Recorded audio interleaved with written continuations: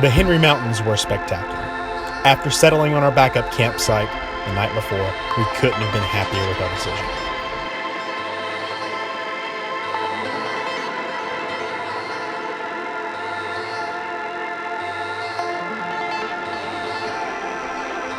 With the day being exceptionally long, we decided to push out of camp.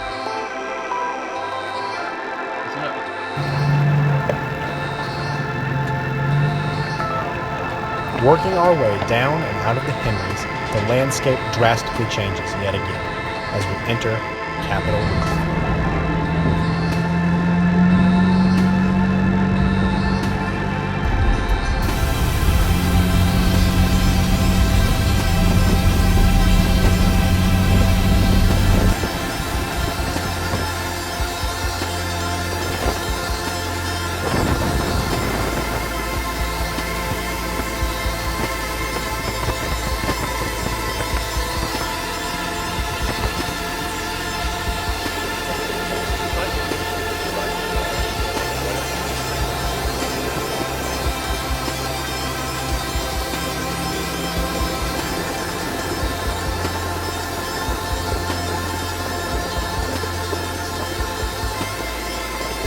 The apex of our time in Capitol Reef lies at the end of the Burr Trail, where the road winds down the side of a bluff for some 600 feet. The Burr Trail switchbacks.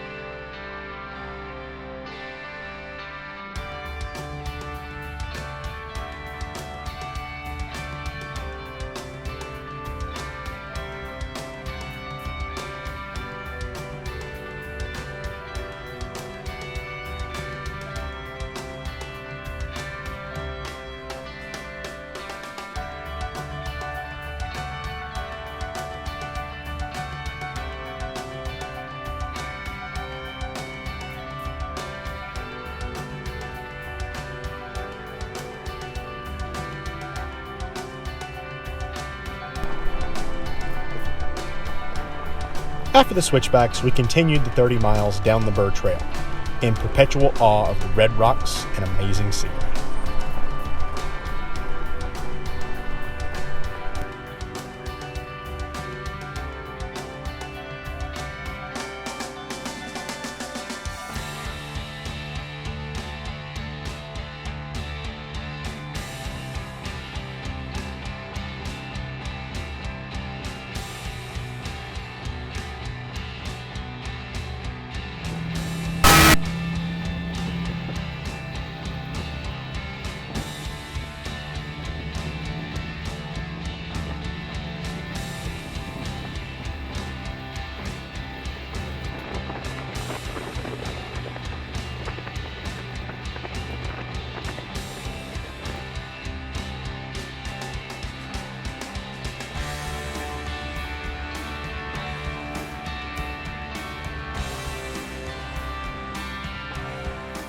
Once we left Capitol Reef, we headed 20 miles or so southwest by pavement to get to fuel in Escalante. From there, we continued on the trail leading to Lake Powell.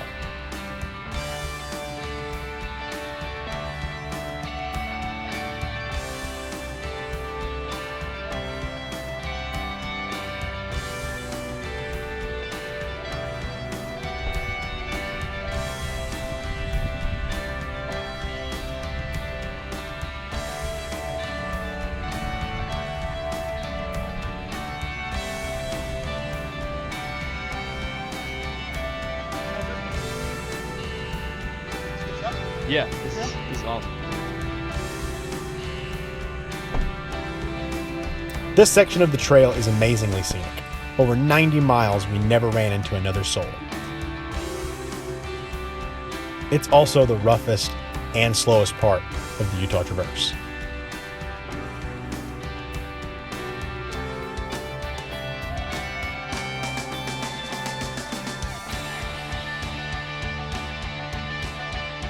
Over those 90 miles, camera work fell to the wayside as the entire group focused on miles and beating the sun into camp.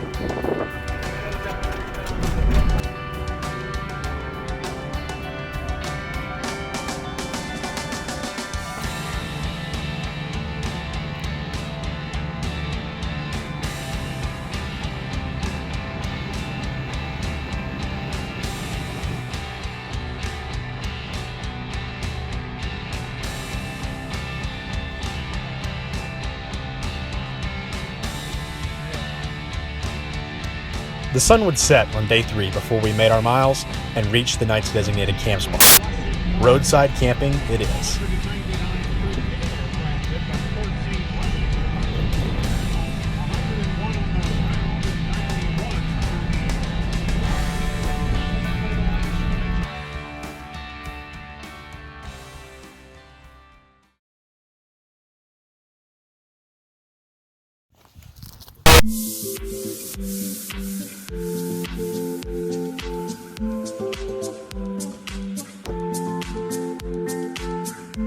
The daylight revealed what was very nice roadside camp, resting just off the shoulder of one of Utah's most famous roads, Cottonwood Canyon. Being able to be traveled by even stock cars and SUVs, Cottonwood Canyon is a hotspot for anyone wanting to taste Utah's backcountry.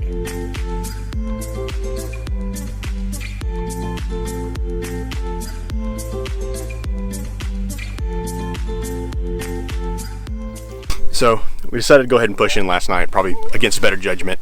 Ended up basically doing about another 80 miles past where we probably should have.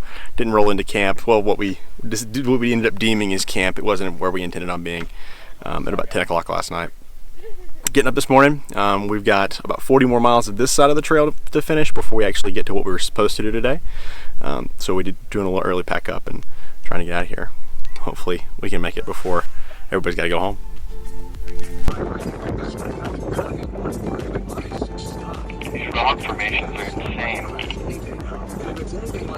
From there, we found our way to Cannonville, Utah.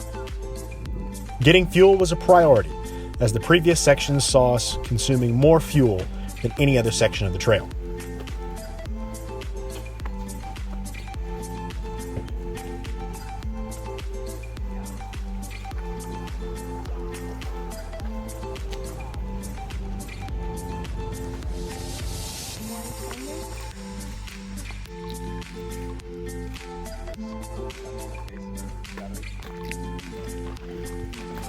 Once back on the trail, we stopped at Bull Valley Gorge for a photo op and then decided, hey, let's get the drone involved.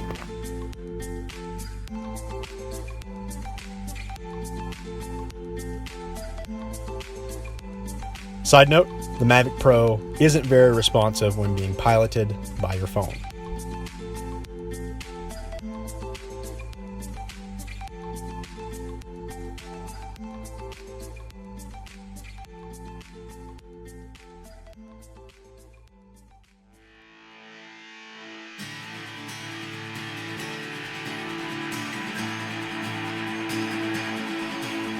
From there, we entered Grand Staircase.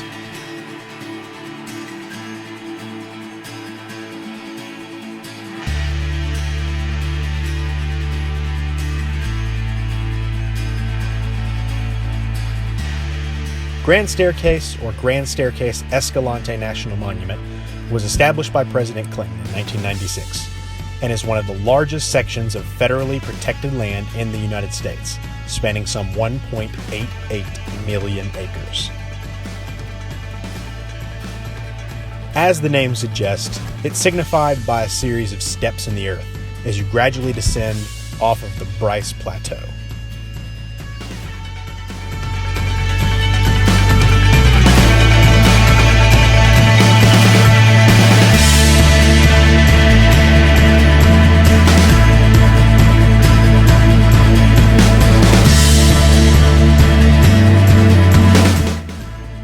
Once you drop out of Grand Staircase, you approach the barracks. This is a section of off-road heaven most months of the year. Located on the back of Zion National Park, this area allows you to off-road through the Virgin River, passing over it some 19 times, and sometimes just plain driving right down the middle.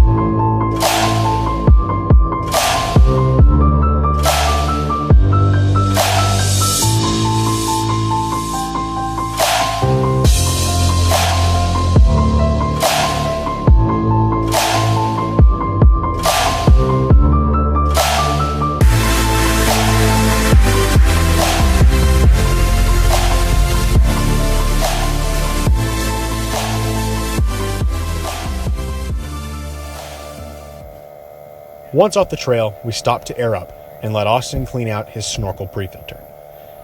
A side note, this pre-filter is genius if you are going to be riding the back of a convoy on a dusty Utah road. It saved Austin's air filter for sure.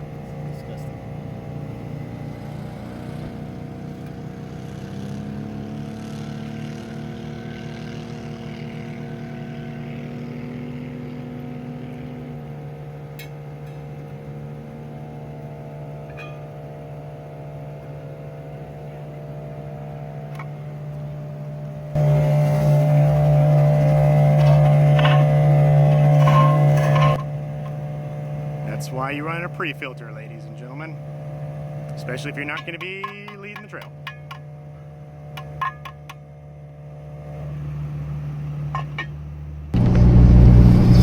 So, after some group discussion, we decided that instead of continuing on through the Narrows, considering it's getting a little bit later in the day and everybody kind of was wanting to go home, we're going to cut the trip a little short.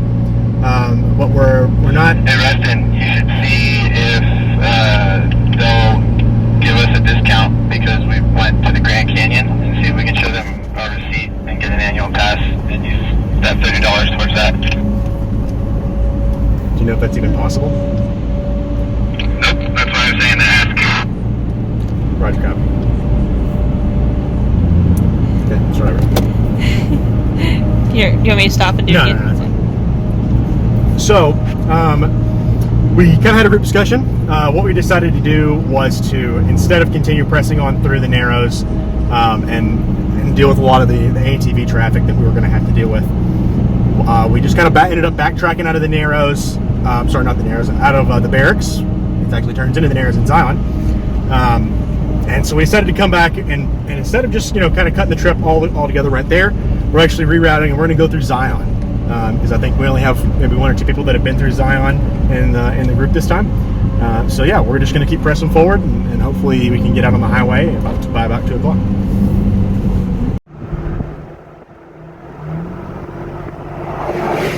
Pushing through Zion turned out to be a true highlight of the trip, even though it wasn't remote and it wasn't on dirt.